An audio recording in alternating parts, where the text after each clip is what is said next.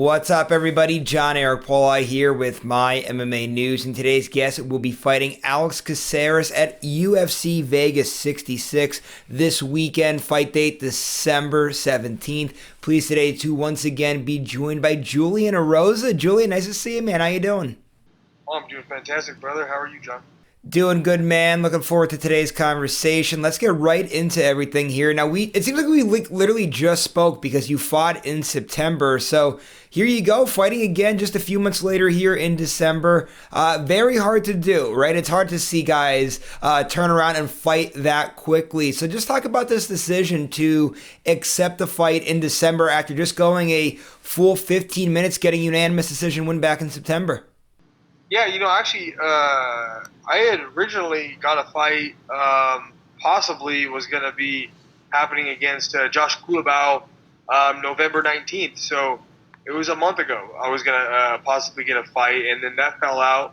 So I was just really trying to get back in there. And with the Dawodu fight, yeah, we went 15 minutes, but I think the second and third round really wasn't, much damage that was taken. And even the first round for me, throughout that entire fight, really, I didn't take much damage. And so I was willing to step back in. I mean, compared to a fight even like I had with Charles Jourdain, we went 2.5 rounds, but there was a lot of back and forth kicking and striking. And I remember after that fight, my shins were beat up bad. And it's like one of those things where you don't realize it until, a couple of days pass, and you're like, holy shit, like, both my shins were beat up, my, elbows were beat up, and things that aren't normally beat up were beat up just because you're not wearing shin pads, you're not wearing puffies, everything's harder, and your adrenaline's going a bit much, so you don't feel things right when it happens, and then you feel it a few days later. And with the Dawodu fight, there really wasn't much back and forth with the striking. It was kind of a one-sided street, and then was able to take him down and kind of control him the last 2 rounds. So was really wanting to get back in there, as quick as possible, and I wanted to get one just honestly before the year was up. So I was looking at just November at one point. So, and then that fell out, and then got the December fight. So I was pumped about that, and it's just nice I can finish this year with another fight. Yeah, man. And with all that being said, I mean, I got to kind of ask this too. I know you kind of alluded to it a little bit there in the answer, but just how is the body feeling, and what do you do to keep it so fresh? Because it's a very difficult thing. It's so rare to see people, have these quick turnarounds like you do. And obviously everybody at Extreme Couture is always in the gym, always working, always ready to go. But, what are those keys to staying so active and keeping the body fresh? Yeah, for sure. And honestly, for me, I'm so hyper aggressive about, kind of being paranoid with, did I do enough this camp? Like, am I doing enough? And so, I'm overtraining, most of the time, and I'm running, I'm doing these crazy runs, after the practices that I know that should be the end of my day, I'm still going and doing more because I'm just so paranoid about making sure I'm doing everything right. And that does take a toll, man. I've been lucky. I've never really had any major injuries, never torn anything, never broken anything. I've had some superficial stuff like cuts and stitches and stuff like that. But, knock on wood for myself, because it's 33 years old and I haven't had any major injuries. And, you have guys, going on, multiple knee surgeries, shoulder surgeries, all this stuff. So, and young kids too, even in the gym that I'll hear about, that have, issues with their backs and necks and this and that. And I think I don't even know how I've gotten so lucky. And not even with just fighting. I skateboarded for a lot of years. The concrete's pretty unforgiving. Snowboarded a lot of my years, and to do crazy stuff when I was a kid, and have really gotten away with a lot of stupid stuff without getting injured. I've just been lucky, man. I don't know what it is. I think a body in motion stays in motion, and there's a lot of truth to that. So as long as I just keep training, I can just amp it up towards these fight camps and usually get out of it pretty injury-free. So I've just been, I think, a little bit of luck, but also just staying in motion has helped me out. All right, so now let's get into a few fight specifics. And before we get into the whole thing about training camp, breaking down the opponent and everything, let's actually do a slight little backup here, because we did talk about this in the last time that we did an interview. But in case there was anybody that missed this news or isn't familiar with it, this is actually your first fight of your new UFC contract following your win the last time you were given a new, fresh new contract by the UFC. Just talk about that and that whole entire process and how you kind of got this new contract and how you did it so quickly. Yeah, I mean that's like the number one thing too. Is like, through these these contracts, and usually it seems like it's a 4-fight contract when you sign a new one with UFC. So um, it's all about timing and trying to figure out like, or not necessarily figure out, but just you want to get into a spot where you don't necessarily have to beg for your job, where they're almost like willing to send you a contract because of your performances. And like for me, coming up that Sean Woodson fight, that was the first fight I had on that contract, and the second one was Nate Landwehr, and then I lost to Choi. So going into my fourth fight on that contract, I was coming up with a loss. So I was kind of at the mercy of the UFC. It was like, well, you take this Jourdain fight, and if you do take it short notice, we'll give you a new contract. And that was the big incentive for that, for me to take that fight. But that was a new contract for the Jourdain fight, and then I won the Jourdain, and then I also won the Peterson fight, and then the Dawodu fight. So I was on 3 consecutive wins on that single contract, and I was on a 4th fight. So instead of obviously going into my 4th fight, which you don't really want to do, you don't want to end your contracts. You want to get a renegotiate a new contract before your contract's up, just so you solidify your job. And for me, it was easy because 3-0 on a 4-fight contract. They came to me or came to my my management pretty immediately after the Dawodu fight, offering me a good contract. So it was no effort on my end to try to negotiate any kind of new contract with them. They brought a nice contract to my manager, who told me about it, and I was more than willing to go with it. It was more than enough on their end, and so that was nice. But leaning into this fight on this contract, the new 4-fight contract, so you want to start off right. You want to get some wins. It's always better to obviously have wins on the contract. I mean, if you lose the first fight, then you got to think about the second fight and trying to get a win. Because if you lose that fight, then you might be in no man's land, trying to figure out how you're gonna even get to that next contract. So without having to stick your neck out for the UFC and do something possibly that you might not want to do. Like the Jourdain fight was. The incentive was a new contract. It wasn't necessarily the best matchup for me, and it also wasn't necessarily the best timing for me because I was a bit overweight. That's why it was a catch weight. And I guess they had gone to a bunch of other people and asked them to take the fight, and everybody said no. They came back to me, and I told them I'd take the fight.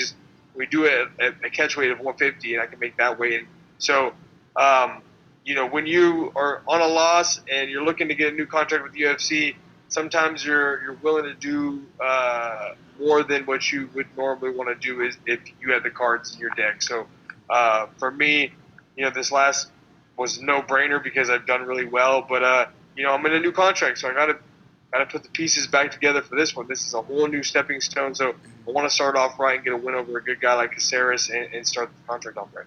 All right, so now let's talk about the preparation for this fight. At the time we recorded the interview, obviously it's late into the week before the fight, Thursday evening. This is airing Monday of fight week. So fight camp wrapped up. How was camp?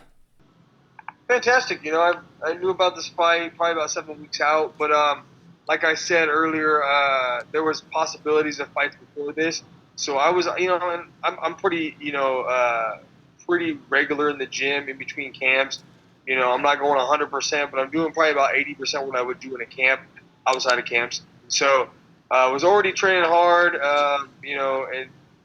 once you get the opponent, then you kind of specialize things and get specific partners to help you, match the look that I'm going to see in the cage on the 17th. So had a couple guys who were southpaws, who got some decent jiu-jitsu, who real scrappy guys, and actually had 2 guys kind of round robin on me, for sparring, just because my conditioning, my cardio is one thing that I pride myself of, and so been having a lot of help with a couple of guys, Yaz and Adam, and so having those guys help me out has been a huge help, and then just the specific sparring too, having my coaches there, going there and getting my rounds in and being done, and that's been a big help, with the last handful of fights as well, is just kind of doing the specific sparring instead of just going and sparring random guys, 5 rounds with 5 different dudes. It doesn't make any sense. If you have someone lined up like Caceres, I shouldn't be sparring short wrestlers. Caceres is a karate guy. He's a southpaw karate guy. I need to find guys that can imitate that. And beforehand, I wasn't doing that. I was just kind of sparring whoever, whenever, however. And sometimes I can, if your opponent's not doing that, then they're going to have an advantage. So for me, that's been a big advantage. And we wrapped up today. Was the last day of sparring, and I felt really good. No injuries. Weight's coming off good as well. So just a waiting game now. Just got to make the weight and then get in there and have some fun. So you mentioned there a lot about Alex as an opponent, but I did want to ask you this too along the lines of preparing for him.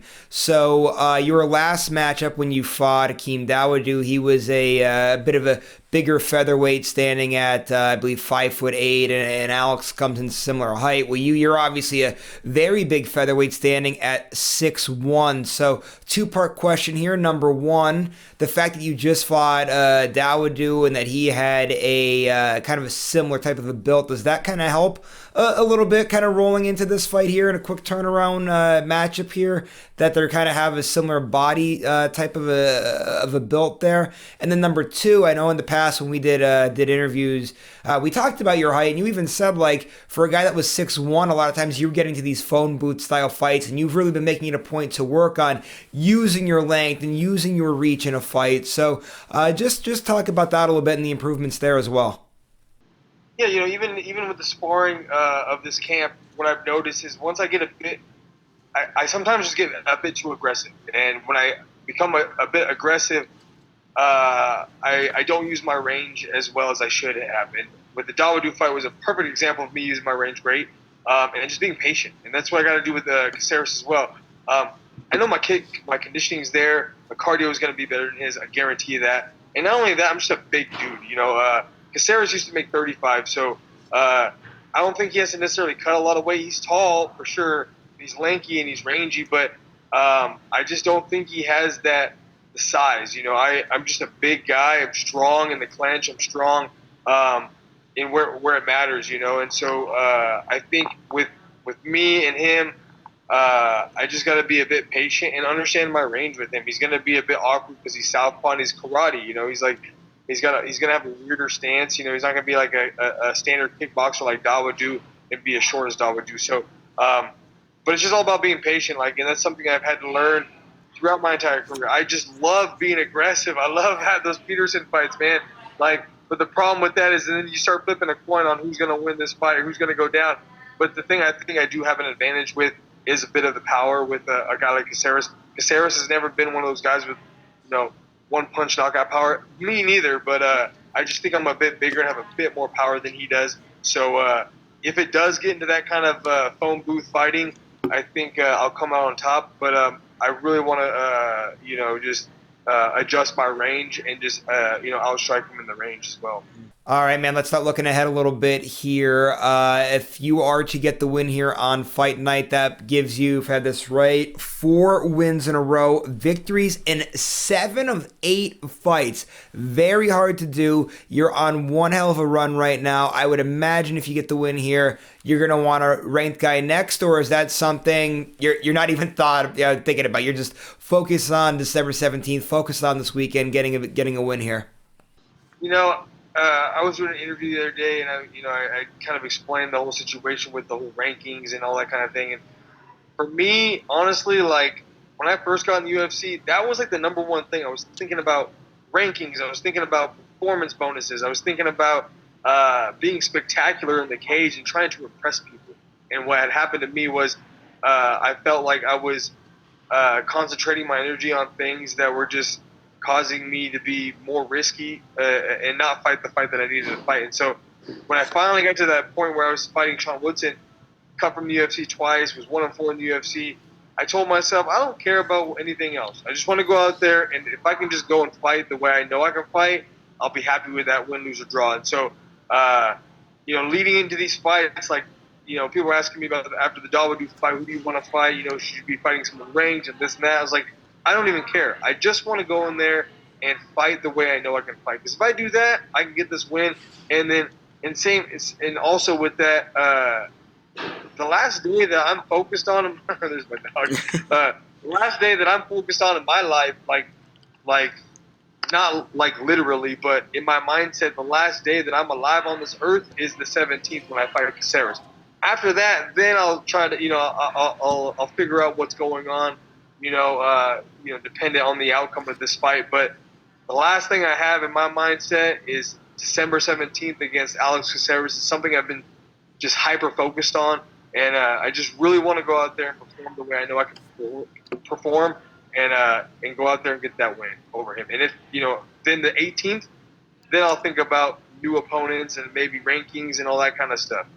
Gotcha, man. Now, I do want to talk about a few future matchups here, though. I'm sure ones that you'll be excited about, ones that also the fans will be excited about as well. We'll start with your division here in the featherweight division. Champion Alexander Volkanovski moving up in February to challenge for the lightweight title against newly crowned lightweight champion Islam Makhachev. That fight will be in Australia in February. Big time matchup here. This is going to be a massive pay-per-view. Everyone's excited for it. I'm sure you'll obviously have your eyes on it, that your champ will be fighting in it, or the champ in your division will be fighting on it. Just your thoughts on that matchup here early on. First off, both those guys are savages, and Volkanovski's a savage with no question, moving up and to fight Islam, who is obviously a savage. It's just, one of the best of all time. Like, I think he's in the running to be one of the best of all time lightweights. And but the thing about it is, when you have two champs, you kind of got to go with the bigger guy. I mean, even though Volkanovski is not necessarily a small guy, I mean, he used to be 215 pounds. But even when Izzy fought Blachowicz, I was like Izzy was a 2-1 favorite. And I was like, I always thought that was weird. I was like, they're both champions, but that guy's the bigger champion. You got to give it to that guy. I figured that he should have the advantage just because of size, And so, and then when you're talking about featherweights versus lightweights, you're talking about a 10-pound gap in the day that you make weight in the actual division. But even though it's only 10 pounds in the divisional distance in weight, you might be talking about close to 20 pounds because these lightweights are a bit bigger. Lightweights I know get up to 200 pounds. And like a guy like Patty gets over 200 pounds, and me, the biggest I'll ever get is max 180. So like you can be talking about a bit more weight than just 10 pounds. And so, and obviously Islam's, greatest asset is his ground game and his wrestling. And it takes strength and size to do that. And so, it'd be nice to see the underdog, go out there and get a win, but I got to go with Islam on that one. All right, another matchup here that a lot of people are going to be focused on. Jon Jones returning in March. Opponent, though, question mark. It's either going to be Curtis Blades or if Francis Ngannou is ready, Francis Ngannou. Now, Francis is an Extreme Couture guy. I'm sure you've probably gotten to see him in the gym. I'm not going to be the guy that's going to say, hey, break the news here, tell everybody if he's healthy, if he is going to fight in March or anything like that. I'm sure that'll get announced at some juncture here. I'm sure he is still rehabbing and working back from the injury. But if it is to be your teammate Francis Ngannou versus Jon Jones in March, just your way early thoughts on that matchup. Well, yeah, there's so many variables too. It's like Jon Jones has been out of the game for a long time, and so it'd be interesting to just see how he does anyways. But also, even though Francis trains at Extreme, me and that dude don't train at all, and we're not on the same training schedules. I mean, I'm a featherweight, and that dude's a fucking massive, massive guy. I see him in passing, and I see him in stuff, but it'll be interesting just to see how that kind of matches up. I think one thing that Jon Jones would, possibly perceived to have would be just maybe the speed, because he's moving up, and maybe just kind of the cardio and conditioning, maybe. But I don't know. I mean, I know Ngannou's been working a lot with his wrestling as well. So, it'll be interesting just to see how that plays out. I know first time he fought Steve Bay, he wasn't able to nullify that takedown, but the second time he was. So, it'll be interesting to see how that plays out. And if it's a 5-round fight, Jon Jones has never really been one of the guys that's, gassed out. So, it'll be interesting also to see if he keeps his endurance after all these years of not fighting as well. So, and moving up a weight class. You know, if you get a bit heavier, cardio is gonna suffer just a little bit. So, I mean, I don't necessarily have. I mean, I think you might just be flipping a coin at that point. Mm-hmm. All right, so Especially I mean, Ngannou. The thing about Francis is like he can fight, King Kong. He touches him on the chin, he could drop anybody. So you really, I mean, the fight could either end in 30 seconds, or it could be like Ngannou versus the Black Beast, where it was really boring. So you never know what could happen, and I think everybody's more interested in the comeback of John Jones and seeing how he does. All right, one last matchup, and this is a matchup that doesn't matter if you're a fighter, if you're a reporter, if you're a fan. It's going to be Man versus Food on December 25th. All of us getting ready for the Christmas holiday. It's a great season. A lot of great food goes around. What are the plans for the holidays, and are you looking forward to picking out there for the holidays, especially that you're in camp now cutting weight? Yeah, it's funny because, you hear about some guys that are like Patty's a good example. He's always talking about how he's just such a foodie, but I think every fighter is a foodie because we're part of our job is to starve ourselves a little bit. So to make the weight, you got to starve yourself at least a little bit. In my case, a lot of it. And so when you're in between fight camps, especially this fight, and this was perfect too because I wanted to go home and be able to celebrate Christmas with my family and the New Year as well. So. Man, anything and everything. It doesn't matter if it's McDonald's through a home-cooked meal. I mean, I'm down for it all, just like anybody else after a heavy fight camp and a fight. I'm just, honestly, I could care less about food, though. I mean, I'm just so focused on getting a win over Caceres that anything after that is just a cherry on top. But man, I'm a big beer guy too. So once I can drink some beers, I'll be a happy guy. Hell yeah to beer. Love beer. Always enjoy getting a nice little glass of Miller Lite there, throwing a few of those back. So, looking forward to having some of the nice alcoholic beverages as well, just like you are. Anyway, man, great conversation as always. Really appreciate the time. Last thing before you roll out, social media so people know where to follow you at. You have any management, sponsorships, anything you got to plug? Floor is yours. Take it away.